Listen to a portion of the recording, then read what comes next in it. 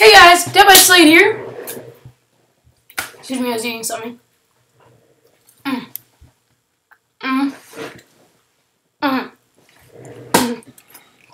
Sorry about that. Anyway, we're starting a new thing called Spooky Saturdays. I know it's Friday, whatever, but I'm gonna be in Arcadiacon tomorrow, so can't really do it. Unless you want me to upload it at like 11, but I have no idea where that went. Anyway, so here's how it works. I pick 3 creepypastas and I read them. And the first one that I chose, I haven't chosen any others, I only chose one so far. It's called Static. It's one of my personal favorites because it creeped me out a little bit. And whenever I say I on the creepypasta, it's this. It's the, it's the,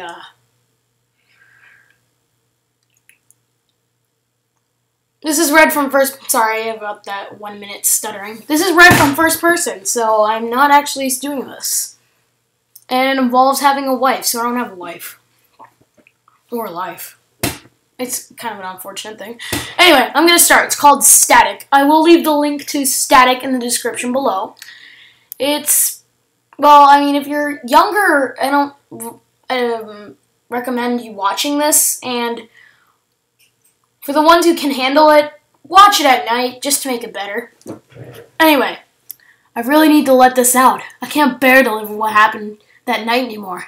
Every time I close my eyes, I can see your death in my eyes and the malice in his. I had just recently moved to Scotland with my fiancé. We had moved to a beautiful town in the north called Elgin. We were 2 weeks in. Everything was going well. We had settled in fine. We thought we were going to live a long, happy life here. Oh, how wrong we were. I need to go down. On the 3rd week, strange things started happening to us on one night that would change our lives. My fiancée received a phone call at 4 a.m., a strange time for anyone to receive a phone call. She looked up, blinded by the light on her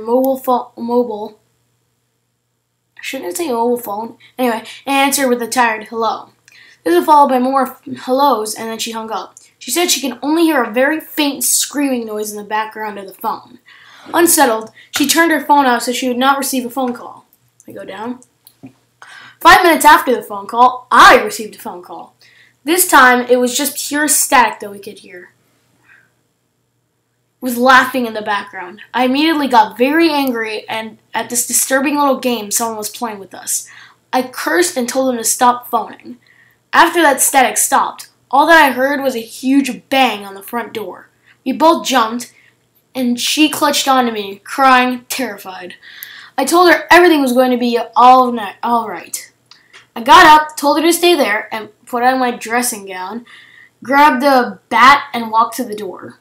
I pulled up a curtain and covering the window to find a message. The message read, "You shouldn't have left her alone." Oh my god. As soon as I finished reading, I heard a scream noise come from upstairs. I immediately ran upstairs to find myself frozen at the entrance of my bedroom. There my wife was, standing, blood dripping from her neck, looking right into my eyes, sobbing for me to help. And there was that thing behind her. That thing that ruined my life.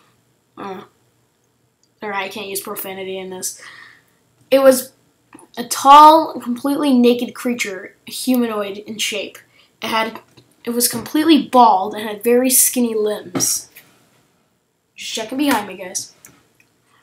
You could almost see its bones. Its face was the most horrendous thing I'd ever seen in my life. It had a huge smile on its face stretching right across, and it had completely bloodshot eyes, one significantly smaller than the other. Let me go down. I'd never felt this feeling before. I couldn't do anything. I was literally frozen. I couldn't even speak. I couldn't even say how sorry I was, and all I could do was cry. The creature slowly crept up to me, with my fiancé in his clutches, sorry, not her. His face came down to my height and looked right in my eyes. At that point, he started to scream. However, all that came out of his mouth was static. I was terrified. I was terrified. He ran back very quickly to the window and jumped out with her. As soon as he left the building, I fell to the ground. I jumped up to look outside to see if I could see her with it, but they were nowhere to be seen. I go down. 2 days later, I was a wreck. I hadn't slept.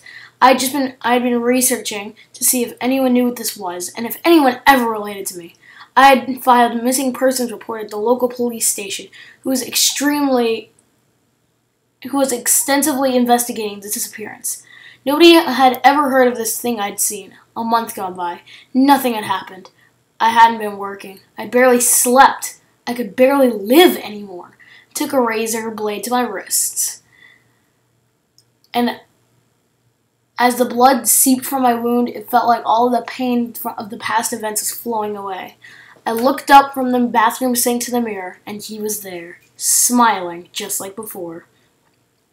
Blood dripping from his eyes as he held my fiancé's head up, severed from the body. Again, he screamed static, and I fell to the floor. I felt my body growing weak as my wrists bled. I was terrified to look at the mirror, but I felt as I had to. As I slowly rose from the ground, my reflection matched his. I was looking right into his eyes, where my eyes should have been, and where my body should have been. I slowly raised my hand as in the reflection I was holding her head. As I looked to my right hand, I was holding my wife's head. I screamed and dropped it, but my screams were static. As the blood began running thick and black, I knew I was coming close to the end. I felt my body going cold. Surely I couldn't have killed my fiancé. Surely not. I fell asleep. It's not over yet, guys. It's almost over. I woke up in a hospital bed, confused, wrist bandage. As I awoke, 2 policemen walked into the room and told me they had some questions for me.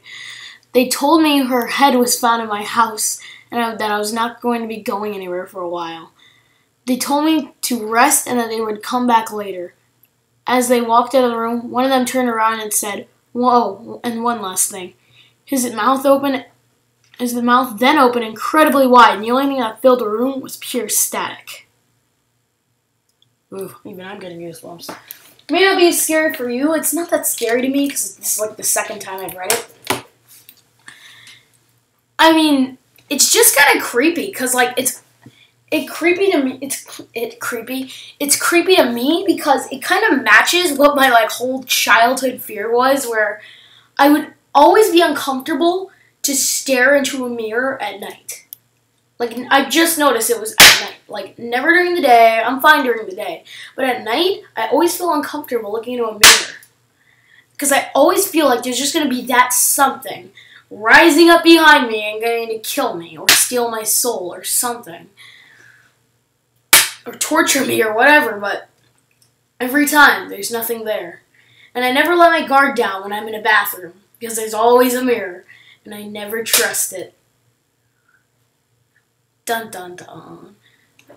But I mean, it's just awesome. I mean, not awesome for the wife and not awesome for the husband, but it's like at the end it gives you that like plot twist where it's disguising as people and it's just like where it's coming back to torture him and he's like, it's like when he does that static thing, it's like dun dun dun.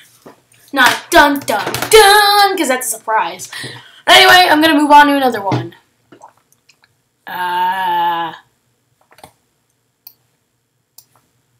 You know what? Let's just do a random one. Write your own pasta. No, I have my own pasta, though. I have written one. FAQ. What? No, I need to go to the home. Let me just go to the home? No, I don't want to do that. Based on a true story. What? Parody pastas? Video pastas? Michael Whitehouse? What? Slenderman? Oh, wow. Really? There's no more random? Okay, guys. Sorry, let me just go back. Sorry, let me give me a minute. 3 creepypastas. I've only done 1.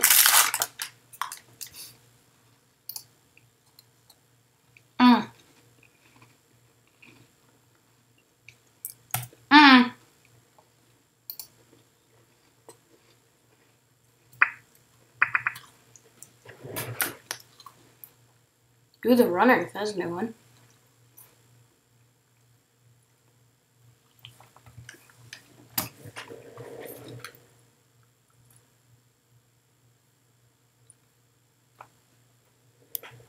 Oh, I know the two ones. Well, the next one is going to be who or what was in my house. And to end it all off, I'm going to do promises. Who or what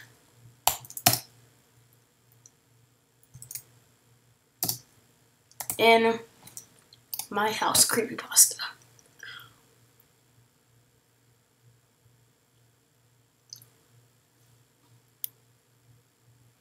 Alright, let me just turn my sound off because I don't want his video playing.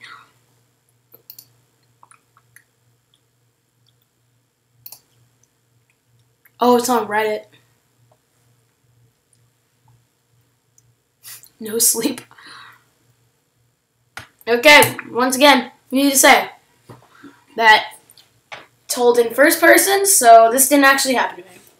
And it involves my girlfriend, something I don't have. Little backstory. My girlfriend and I recently moved into a nice top floor condo a few months ago. Our relationship had been perfect. Always laughing, rarely argue, play stupid games with each other. You know, pretty typical couple. One of those games we play with each other is when one of us comes home from work, we both work 12-hour shifts. The other will hide somewhere within the house with all the lights off except the light hanging above the stairs. A simple game of hide and seek. After a particularly long day at work and coming home through one of the darkest storms I can remember, I came home to said situation. I was a little confused at first because she had been sick for the last few days, but earlier in the day she told me she was feeling better, so I didn't give it any thought. I took off my shoes so they could dry at the bottom of the stairs and proceeded to make my way up the steps. I first looked through the living room and the kitchen, which is pretty open and aren't too many places to hide, but figured, the heck. And as I'm looking behind the couch and around the corners, I hear a very faint giggle coming from down the hallway, where the guest bedroom is located. And this giggle, this simple giggle, will haunt me for the rest of my life. It sounded eerie. There's no other way to put it. Again, given my girlfriend has been sick the last few days, I paid it no mind and slowly walked towards the guest bedroom. As I'm cautiously searching through the guest bedroom, the atmosphere became uneasy. Hairs on the back of my neck began to stand up. My palms are so sweaty that there's sweat coming off my fingertips. My breathing became heavier. And out of flippin' nowhere, I hear the guest bathroom door, which is right across from the guest bathroom, swing open and footsteps running down the hall towards the living room, along with a seemingly haunting laughter. After jumping nearly 5 feet in the air and my heart racing faster than ever thought possible, I said, "Okay, babe, you got me. You can turn the lights on now." No response. Figuring she's still playing this game, I started to become annoyed. I make my way out of the guest bedroom and say, "Alright, that's enough. You scare the heck out of me." Still no response. Just the laughing. As I turn the corner towards the living room, I hear the footsteps run down the stairs, then the front door swing open and slam shut. I'm immediately struck with confusion. Why the heck would she, after being sick for the last few days, run outside in a cold, pouring rain? And then, behind me, I hear our bedroom door open. I quickly turn around to see my girlfriend's face, rubbing her eyes, after obviously coming out of a deep sleep. And she says, "Babe, who are you talking to?" This is a dun-dun-dun. Like how all creepypasta should be like dun-dun-dun. But like, it's creepy because, I mean, it's more like,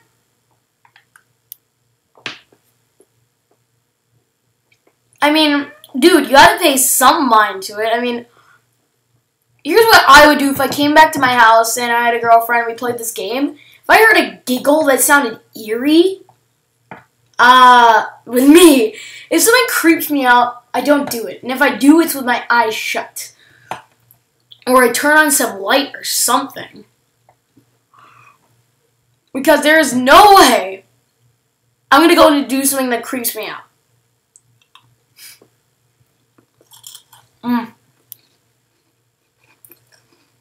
Sorry, still eating something.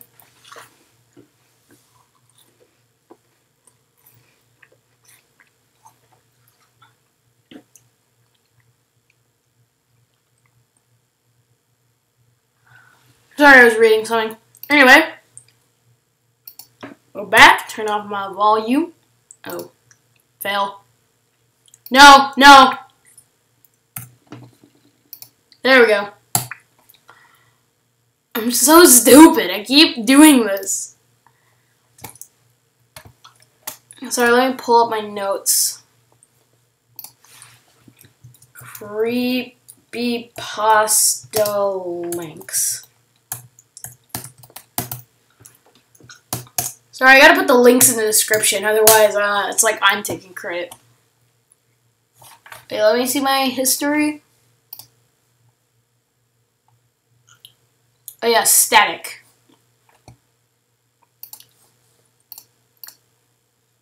Let me just change this. Static creepypasta.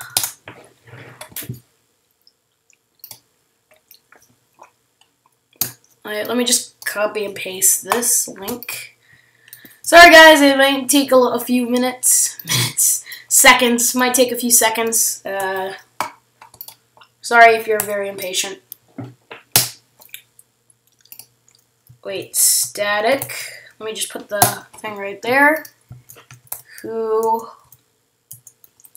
comma, or what was in my house?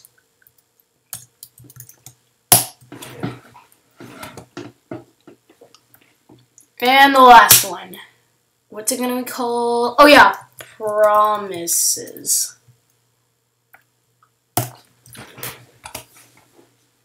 Now, promises is a very good one. It's like, it's sort of like, it's like a hero book, it's a hero, I don't know. You'll see, guys. I'm gonna turn my volume back on. Once again, first person. I was one of those frail, sickly children for the vast majority of my early years. I was constantly being shuffled from physician to physician, with one ailment or another. Asthma, perpetual tonsillitis, severe allergies to everything. You name it, I deal with it at one point or another growing up. This meant I spent a great deal of my formative years at home, in bed, miserably sick and more than a bit morose. What? There was an upside to this, however. My father would often take time out of work to sit in my bedroom and read to me. Some of my fondest memories as a child involved my father sitting in a chair next to my bed with one science fiction novel or another spread across his lap. I can't count how many days we were spent in such a fashion. I look back on it now and can't help but smile when I picture that large man and with his bushy beard reading those thick novels to take my mind away from whatever was ailing me at the time. I was fortunate enough to come from a very loving home. My mother and father were extremely doting and focused all of their collective time and energy on raising their only son. I was particularly close to my father. We've all heard about the old adage about daddy's girls and mama's boys, but that simply wasn't the case in my experience. For some reason, when I'm watching the video of this, I get it, but when I'm reading it, I don't. Well, I get it, but I know what they mean. Of course, every boy views his father as some larger-than-life, lantern-jawed superhero, and I was no exception. My father was an enormous man, maybe 6'2" and well over 250 pounds. He was an intimidating figure, and my childhood friends would often remark on just how large he was. He had very intense grayish blue eyes, brown hair that was slowly receding, and a red thick beard. But as intimidating as he may have appeared, his demeanor, especially towards me, he's always so calm and relaxed. He never once raised his voice within earshot, nor did I ever witness him use that great bulk of his to bully or intimidate. He was a kind soul, and he spent all his time letting his only son know just how much he was loved. He spent hours of his evenings after work in my room, sitting on the floor playing with my toys. I can't help but chuckle when I picture that large man sitting cross-legged on the floor with whatever superhero or mutant turtle I was interested in at that point. Ugh, mutant turtles. No, that was me. I just said mutant turtles.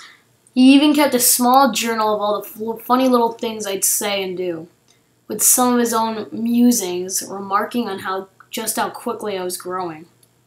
I recall years later, when I was a man myself, reading that journal and being moved to tears on how deeply this man loved me. Well, that's nice. But there's gotta be a twist, because this is a creepypasta.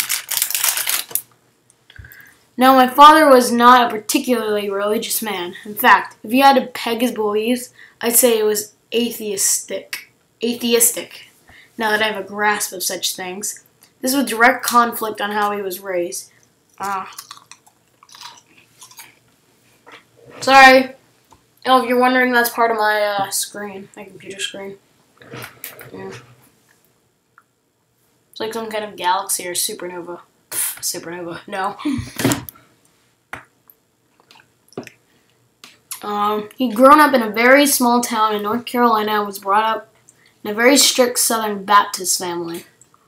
He remarked in the journal, just days after my birth, about how he found the Bible to be even more preposterous now that he had a child of his own. In particular, the story of Isaac and Abraham did not sit well with my father. He couldn't imagine any scenario in which he'd be willing to sacrifice his only son to some voice in his head. He was very straightforward, logic and reason type of guy. In addition to religion, he absolutely abhorred superstitions and myths. He made several comments about being leery of anyone that claimed to believe in aliens or ghost stories. Now, he never made these statements to me directly and wanted me to come to my own conclusions regarding religion, the superstition and paranormal. But he did jot down all of these thoughts in that journal of his with the intention of giving me the book when I became a man myself. Unfortunately, he never did get that opportunity. As you can imagine, his death had a devastating impact on the course of my life. I remember vividly my mother coming into my room with tears and makeup streaming down her face. She cradled me in her arms for the longest time, simply rocked back and forth while sobbing silently to herself. Eventually, she pulled herself together enough to tell me that my father's small pickup truck had been struck on his drive home from work. The other vehicle involved was a semi, being driven by a man with too little sleep and too much alcohol in his system. Ugh, those kind of people. He didn't even know that he'd been involved in an accident until the officer responding to the crash pulled him from the wreckage of his own vehicle. Seriously? Dude, you gotta hold back on the drinks. I was in shock. Sorry. Excuse me?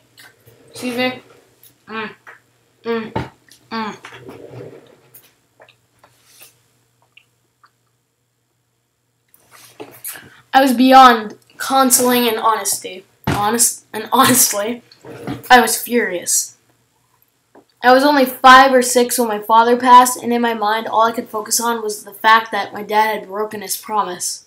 He would say to me as he tucked me in at night that I was his favorite thing in the world and he would always be there to make certain I was safe. It was repeated so often, after night, that it almost became a mantra of his, but he made that promise, and now he won't be around to keep it. Wow. He will eventually. What? Foreshadowing! After my father's death, my mother was unable to afford the small 3-bedroom home nestled in the foothills of the mountains that I'd grown up in. We were forced to move into an older, run-down part of town, and needless to say, it was just another factor contributing to the overwhelming sense of loss I was dealing with at the time.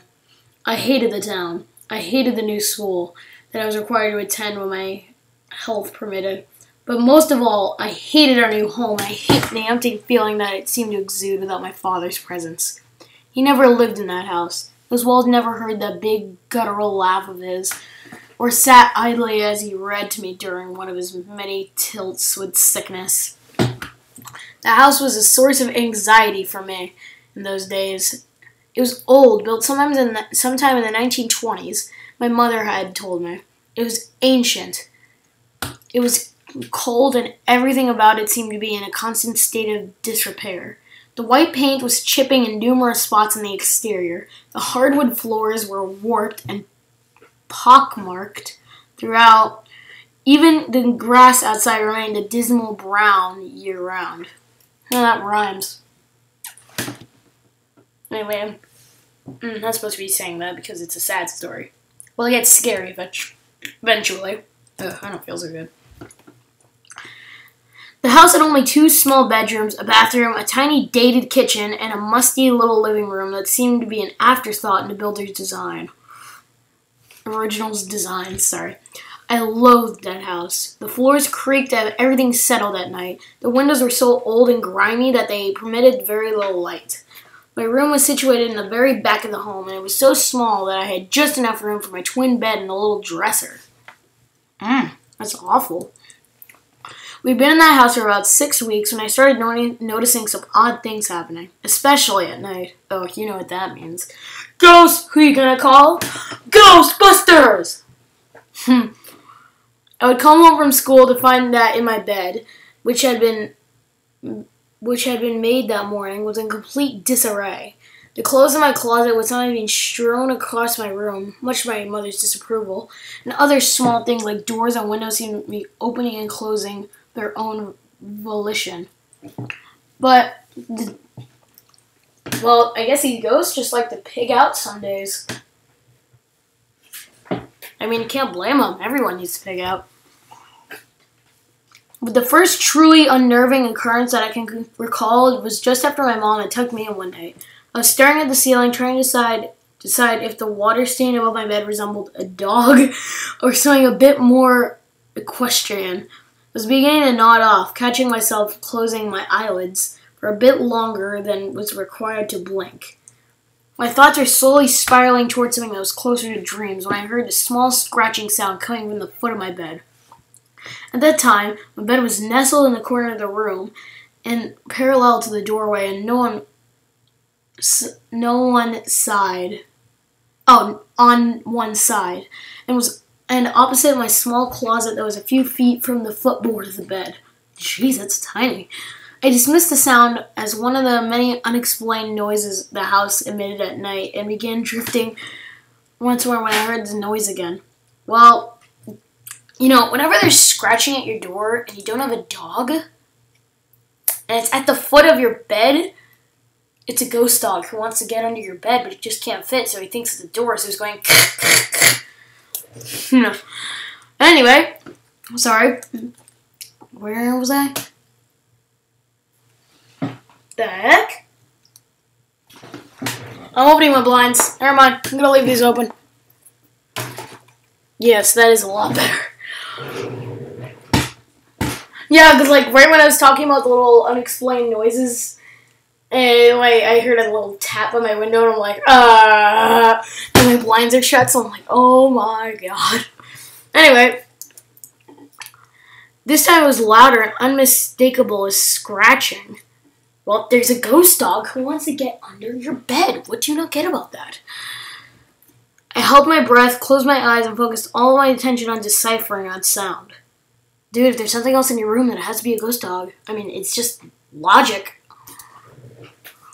This time, when it happened, it was definitely louder and seemed to have a rhythm to it that just couldn't be naturally occurring. Well, it was almost like Morse code, like the like the scratching was meant to convey some kind of message. I got the feeling that it wasn't trying to say ship in distress. That's supposed to be like SOS, because then you should change it to SID. Or anything as mundane. Mundane? How do you pronounce that? Mundane? I've seen the word before. I know what it means, but is it mundane? I'm just going to say mundane. Sounds stupid when I just say it anyway. I can't explain why, but the sound began to make me very uneasy, as though it was malevolent in nature. The hair on the back of my neck began to rise without prompting, and I found myself pulling the cover closer and closer to my chin. It would stop sporadically, and then begin again with more fervor each time, and always with the same rhythm. Scratch, scratch, scratch, followed by a short pause, and then scratch, scratch. I was frozen, completely fixated on the noise. The heck? Sorry, I keep seeing like weird ghost chairs. Like I keep seeing like a chair at the corner of my eye. Oh my god, I'm being haunted by a chair. Oh my god! Oh my god! Sorry. But unable to call out to my mother, whose bedroom was on the other side of the wall. Jeez, you should be comfortable. Your mom's like right next to you. My mouth was dry and was constantly moving my tongue around, swallowing to force something resembling moisture back into my mouth. If it isn't moisture, then are you swallowing solids? Ew. Wait, excuse me for a minute. Let me just type something in.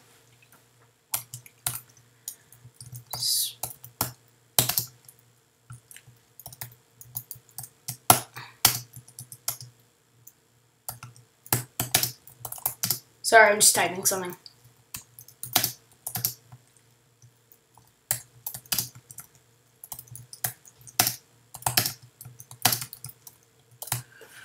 I love the ghost of a chair. It's like the chair died a very horrible way. Was it ever alive? Yeah. Okay, that door freaks me out. Anyway, suddenly the scratching stopped mid-sequence this time and was replaced by the rattling sound of the closet doors. Well, there's obviously... Oh god, please don't turn out like Insurgency. You know what happened in Insurgency when the girl opened the closet. There's a big green portal and she got sucked in. And then everything went haywire. Well, it already went haywire when the girl got sucked into a closet. Maybe the girl's trying to come back out. Plot twist. Well, not really. The closet was an old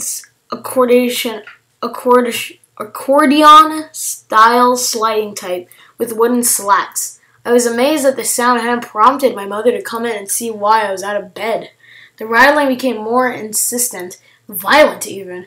That's when I rediscovered the ability to scream. It's like, you know, it's like cavemen. Oh! I'm gonna call this the scream. I yelled at the capacity my little lungs would permit until my room was flooded with light, and I could make out my mother's silhouette in the doorway. "What's wrong, honey? What is it?" Concern evident in my mother's sleepy voice. I sat up, never taking my eyes off the closet doors. There's someone in there, Mommy. In the closet! She blinked a few times to clear the remaining fuzziness that sleep offers from her eyes, and walked over to the closet. She flung the doors apart with a horrid screeching sound. When it was clear that no boogeyman was immediately apparent, began shuffling the clothes hanging from the rod to show me that there was no occupant. See, sweetheart, there's no one in here, and it was just a bad dream. It's like the parents are in on it too. Like, when there's something haunting someone, they always say, it's just a bad dream. It's like, are you in on this too? Because you obviously know there's something there. Because I'm pretty sure you don't get a bad dream while you're standing up. I walk downstairs, but I didn't walk with nightmares. I didn't night walk. Mare walk. I didn't mare walk. She closed the door again, crossed the hardwood floor, and arranged herself at the foot of my bed. It's no surprise that you're having nightmares, son, considering all that's happened recently. It's like, yeah, Tommy and I, we just haven't been really working out, so, it just doesn't feel very nice.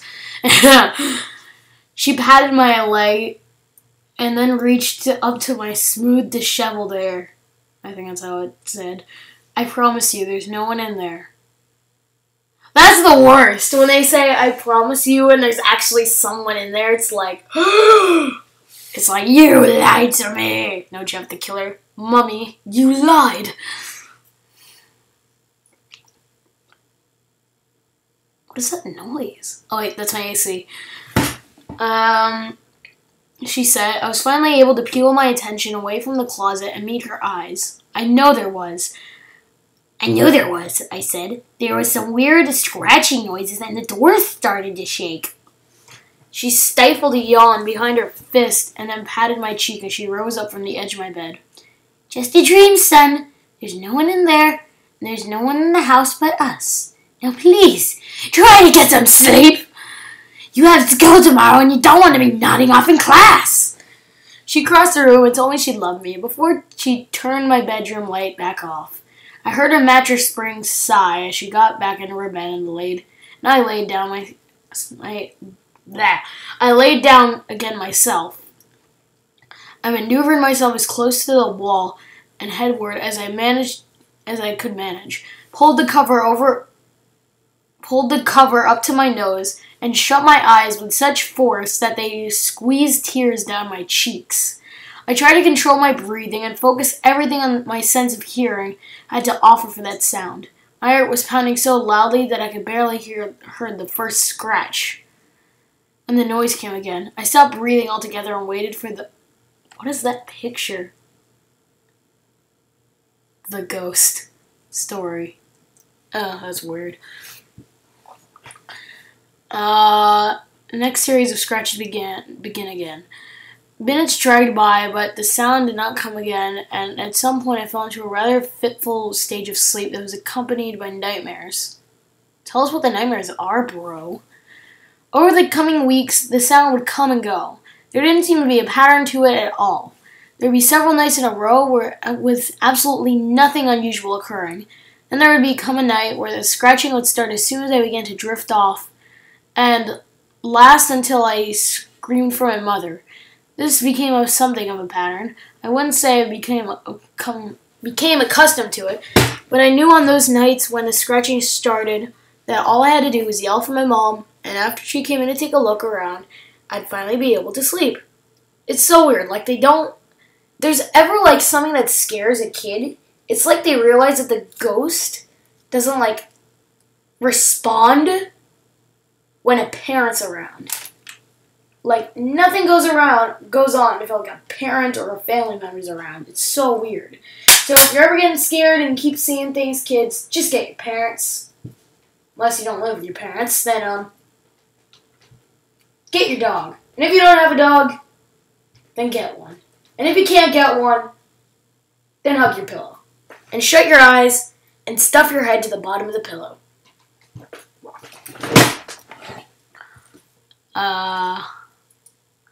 It had been 3 or 4 nights since I heard the rhythmic scratching. I managed to fall asleep that night without event. Maybe I had been lulled into some false sense of security as it had been in the several nights since the last closet incident.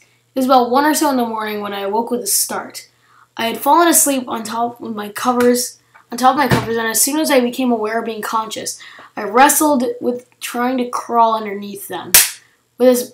After much effort, I was finally able to get underneath the comfort and security of my sheets, and I began to wonder what exactly had stirred me from the throngs of sleep. Well, you say it's so sophisticated. It was a cloudy night, so the limited amount of light permitted through my bedroom window was an absolute minimum that night. I controlled my breathing, listening for that ominous sound, and forced my eyes to scan the bedroom. That's when I saw it, standing at the foot of my bed, in front of my slowly deteriorating closet doors, was a very large form.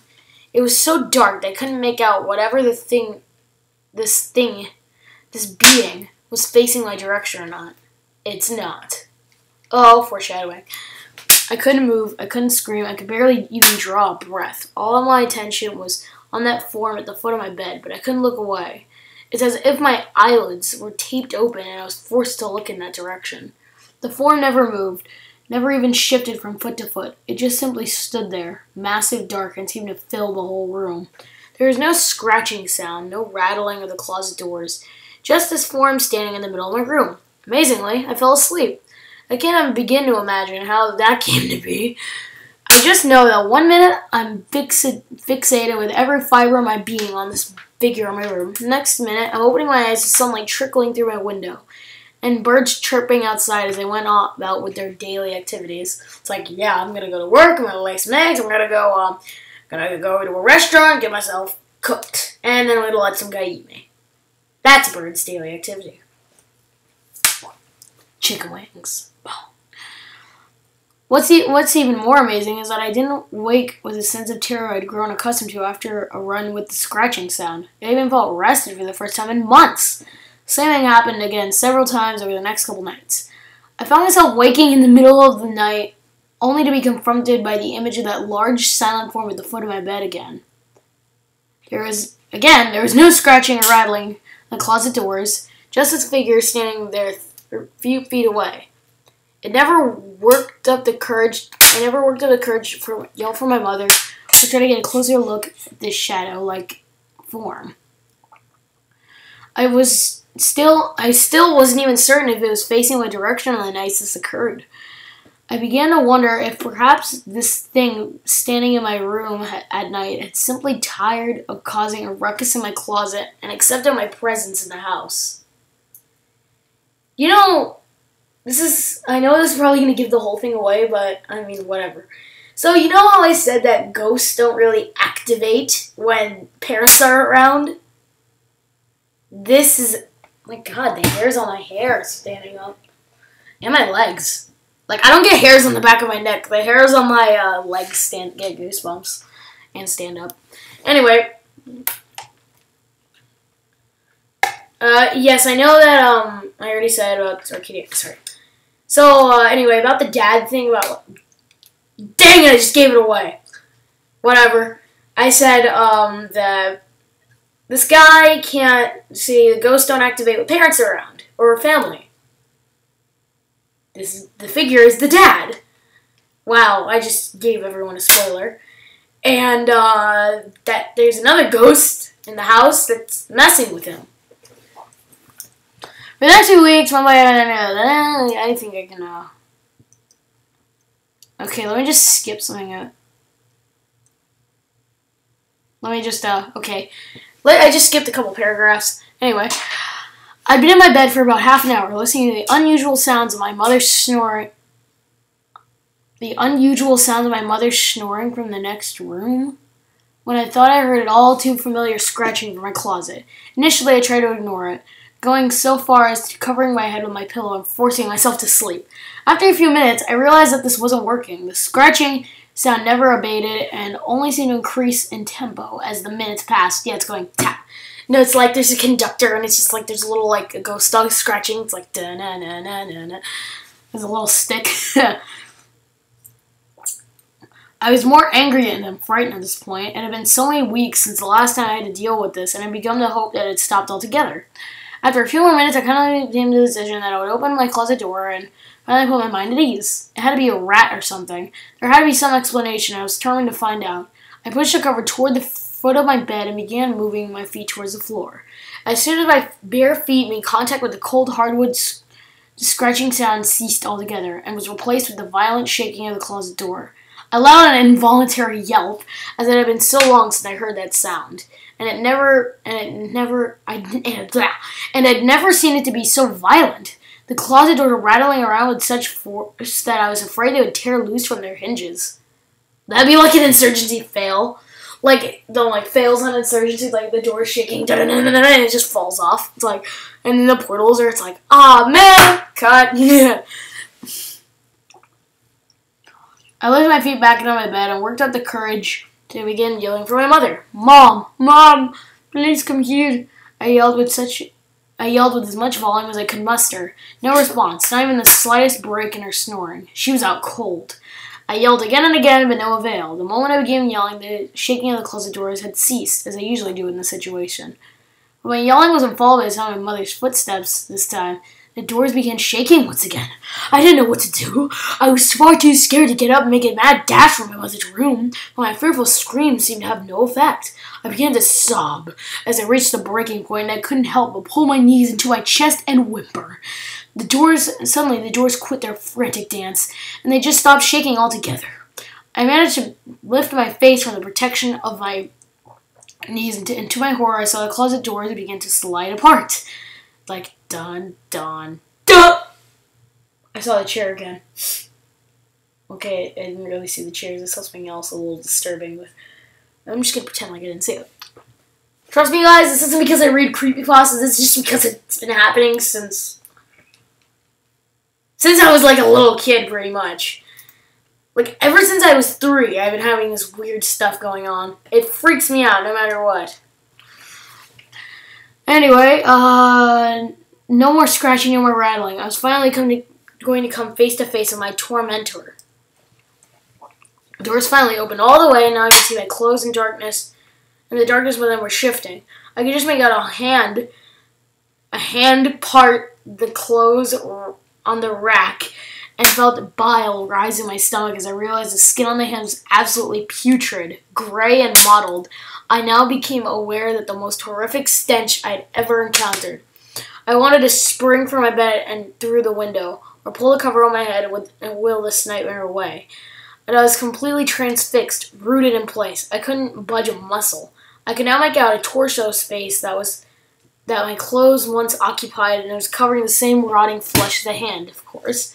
Next, and most terrifying, I made 2 pools of absolute darkness that constituted the eyes on this nightmare, and they were sunk down deep into the sockets of its face and were completely void of any emotion that I could discern.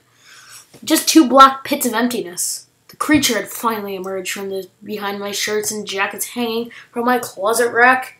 It paused for a moment at the entrance to my closet and seemed to size up the room. It was tall and impossibly skinny, almost to the point of being emaciated. Oh, jeez. What's wrong with this dude? Who is this dude?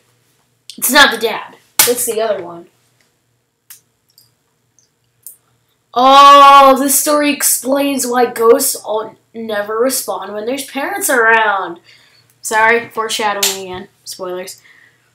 Fingering their toes ended black, long, ragged nails that were almost talon-like.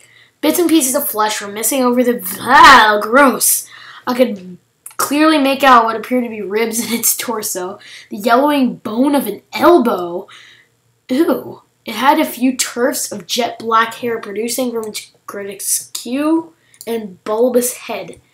Its mouth was wide and filled with rows of teeth that came to points so sharp they looked like they had been filed. Its nose was 2 little slits with absolutely no protrusion that I could discern. Discern? Yeah, it was discern or whatever. Not disconcern, sorry. It just stood in the doorway of my closet, smiling at me with those little sharp teeth and unnaturally wide mouth. It stared at me as if it was trying to convey that it had all the time in the world and intended to drag out whatever horror was about to visit me. Suddenly, the creature jerked its head side to side and seemed to sniff the air with its horrible little nose. The sniffing became more frantic, and the creature kept jerking its head from side to side as if it caught a scent it was not fond of and trying to ascertain exactly what the odor was originating. That's when I noticed the movement of my peripheral. I was able to tear my eyes away from this monstrosity and look at the corner of my room where I'd seen the sudden movement. And there, standing in my doorway, feet away, was the large, ominous form. It's his dad! Sorry, I had to say that. It seemed more massive than previous encounters, and it also seemed to be radiating intense anger. To my amazement, this anger did not seem directed towards me, but at the creature now standing in front of my closet. The creature let out a hiss and then a sound akin to a whimper and took a step back and noticed a large form standing in the corner of my room. I took back I looked back at this dark figure standing so very close now. For the first time, I could make out distinguishing features. I realized that this form had stood with its back to me on those nights, but because now I could clearly make out a face. A face that was covered in red hair. His dad had a red beard. I could now see the figure was a very large man with pale white skin and receding hairline. His dad. The most notable feature was the intense grayish-blue eyes that I could make out in the darkness of my room. His dad, for God's sake! Those eyes left the monster just in the closet just for a moment and made contact with my own. This great big man standing in the center of my room. The great big man I thought I would never see again. He smiled and winked at me. Like, bing! You should have made the bell sound. Ding! Oh! What the heck? Is there something in my room? I thought that was my dog, and that was like to my horror that I realized my dog is not even in my room. Anyway, with a burst of movement they could barely track, he dove into the beast, driving it back into the depths of my closet. While the doors closed on them both, I sat on my edge of the bed, tears in my eyes and my mind racing to process what I had just witnessed. Yes, the dad did come back. Gerd. Anyway, guys, that is Spooky Saturdays for you. Sorry I had to do it early because I'm going to ArcadiaCon. So, oh, thank God, that's my dog. Thank you for watching. If you enjoyed, leave a like and subscribe for more amazing videos. I will try to do this as much as possible. So, yeah, thank you for watching. This is Dead by Slade. Peace out.